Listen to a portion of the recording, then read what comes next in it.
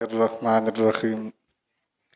حضرات محترم، ہم نے نماز کے شرائط، نماز کے فرائض اور یہاں تک پہنچے تھے تکبیر تحریمہ کہنا فرض ہے۔ اس کے بعد جب ہم نماز شروع کرتے ہیں تو شروع میں ثنا پڑھتے ہیں۔ اس کا ترجمہ سمیت میں نے آپ کو بتایا تھا، سبحانک اللہم، سبحانک اے اللہ تو پاک ہے۔ اللہم کا مطلب ہوتا ہے اے میرے اللہ، سبحانک تو پاک ہے، اللہم اے میرے اللہ۔ کل ملا کے سبحانک اللہم کا ترجمہ کیا بنا؟ اے میرے اللہ تو پاک ہے، وبحمدک، اور ساری تعریفیں تیرے لیے ہیں۔ جتنی بھی تعریفیں ہیں ساری کی ساری تیرے لیے ہیں۔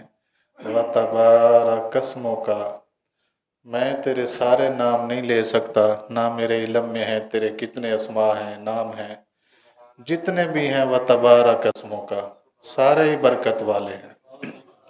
وتعالی جدک، جتنی بلندیاں، رفعتیں، اونچی شانیں ہیں وہ ساری کی ساری تیرے لیے ہیں۔ ولا الہ غیرک، میں صرف یہ جانتا ہوں کہ تیرے علاوہ عبادت کے لائق میں کسی کو نہیں مانتا۔ بڑی بڑی چیزیں ہیں دنیا میں، لیکن میں عبادت کے لیے صرف تجھے ہی خدا مانتا ہوں اور تیری ہی عبادت کرنے آیا ہوں۔ یہ پڑھنا کیا ہے؟ سنت ہے۔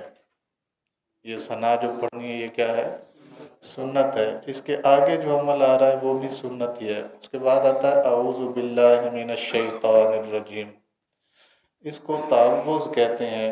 تعوذ کا مطلب ہوتا ہے اپنے آپ کو اللہ کی پناہ میں دینا۔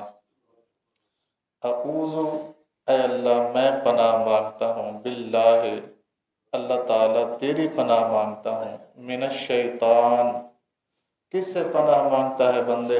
شیطان سے مانگتا ہوں، الرجیم، وہ جسے تو نے دھدکار کے اپنے بارگاہ سے نکال دیا تھا اور اس نے تجھے کہا تھا کہ میں ان پر حملہ کروں گا، دائیں سے، بائیں سے، آگے سے، پیچھے سے، چاہے میں نماز میں ہوں یا غیر نماز میں اس نے حملہ کرنا ہے، لیکن میں اس سے پہلے کہ وہ حملہ کرے میں تجھے تیری پناہ میں دے رہا ہوں، اپنی ذات کو تیرے حوالے کر رہا ہوں۔ اس کے بعد ہے بسم اللہ الرحمن۔ یہ اعوذ باللہ پڑھنا سنت ہے اور بسم اللہ الرحمن الرحیم پڑھنا بھی سنت ہے۔ بسم اللہ الرحمن الرحیم آپ کو پتہ ہے کہ ہم کیوں پڑھتے ہیں؟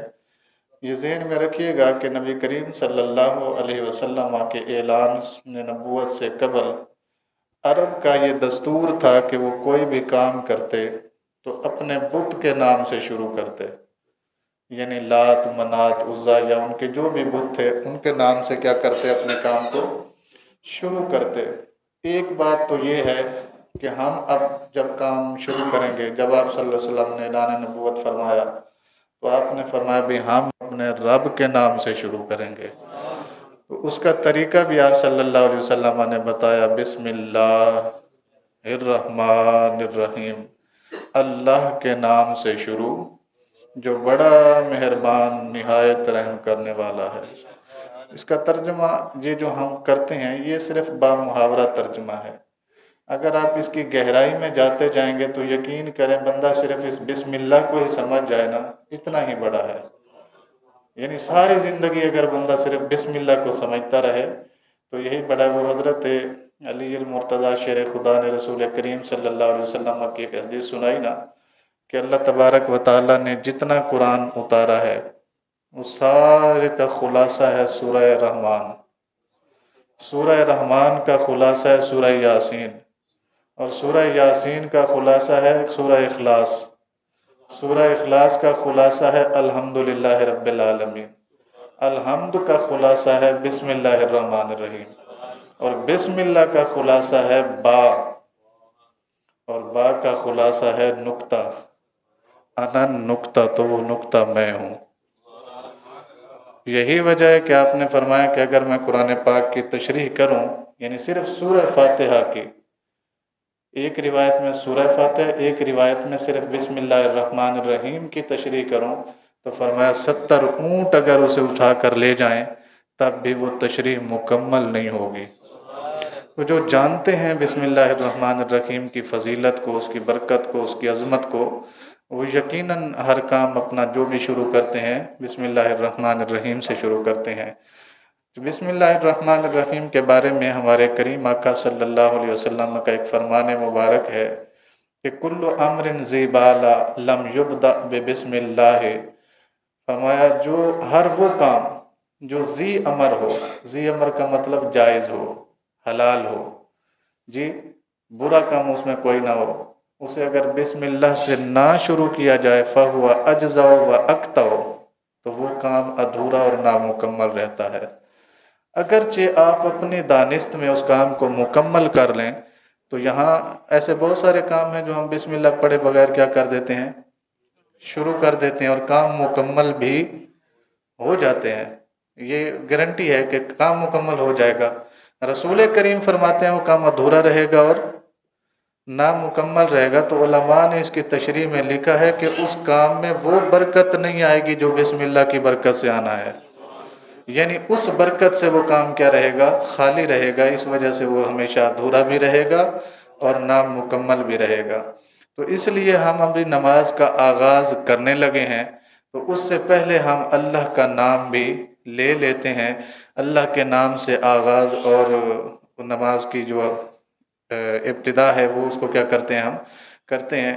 اس کے ساتھ ساتھ یہ بھی ذہن میں رکھیے گا، بہت سارے صوفیاء کرام جن میں حضرت داتا علی حجویری رحمۃ اللہ علیہ اور یہ جو آپ کے بعد والے بزرگان دین ہیں، انہوں نے یہ بات لکھی ہے اپنی کتابوں میں کہ اکثر بیماریاں جو ہمارے زمانے میں ہیں، جن کا ہم نے پہلے کبھی نام بھی نہیں سنا، اتنی احتیاط کے باوجود جب ہمیں بیماریاں لگتی ہیں تو اس کی بیسک اور مین وجہ یہ ہے کہ ہم اپنا کھانا پینا شروع کرنے سے پہلے بسم اللہ نہیں پڑھتے۔ یہ جتنی بیماریاں ہیں، کسی کو بلڈ پریشر، کسی کو شوگر، کسی کو جناب کوئی بیماری ہے، کسی کو کوئی بیماری ہے، تو یہ جتنی بیماریاں ہیں وہ کہتے ہیں ان کی باقی کوئی وجہ نہیں ہے، صرف ایک ہی وجہ ہے، کون سی؟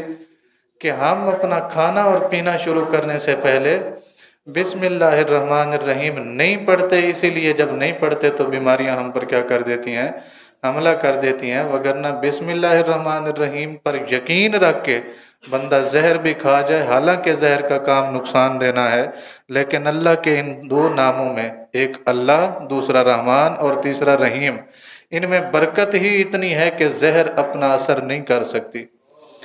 اور اس کے حوالے میں انہوں نے یہ بات بھی لکھی ہے کہ رسول کریم صلی اللہ علیہ وسلم جب خیبر کے میدان میں گئے تھے تو ایک یہودی عورت نے بڑا پیارا بکرا جناب روسٹ کر کے نبی پاک صلی اللہ علیہ وسلم کی بارگاہ میں لائی تھیں، تو آپ کے ساتھ ایک اور صحابی بھی تھے جنہوں نے کھایا لیکن وہ مر گئے، اور رسول کریم صلی اللہ علیہ وسلم نے بسم اللہ الرحمن الرحیم پڑھ کے کھایا تو کچھ بھی نہ ہوا، حالانکہ وہ گوشت خود بتا رہا تھا کہ جناب مجھے نہ کھائیے، میرے اندر کیا ہے، زہر ہے۔ تو آپ نے فرمایا تیرے اندر ہوگا، ہمیں اپنے رب پہ یقین ہے، جس نے تجھے زہر بنایا ہے وہ اس بات پر بھی قادر ہے کہ تیرا اثر ہم پر نہ ہو۔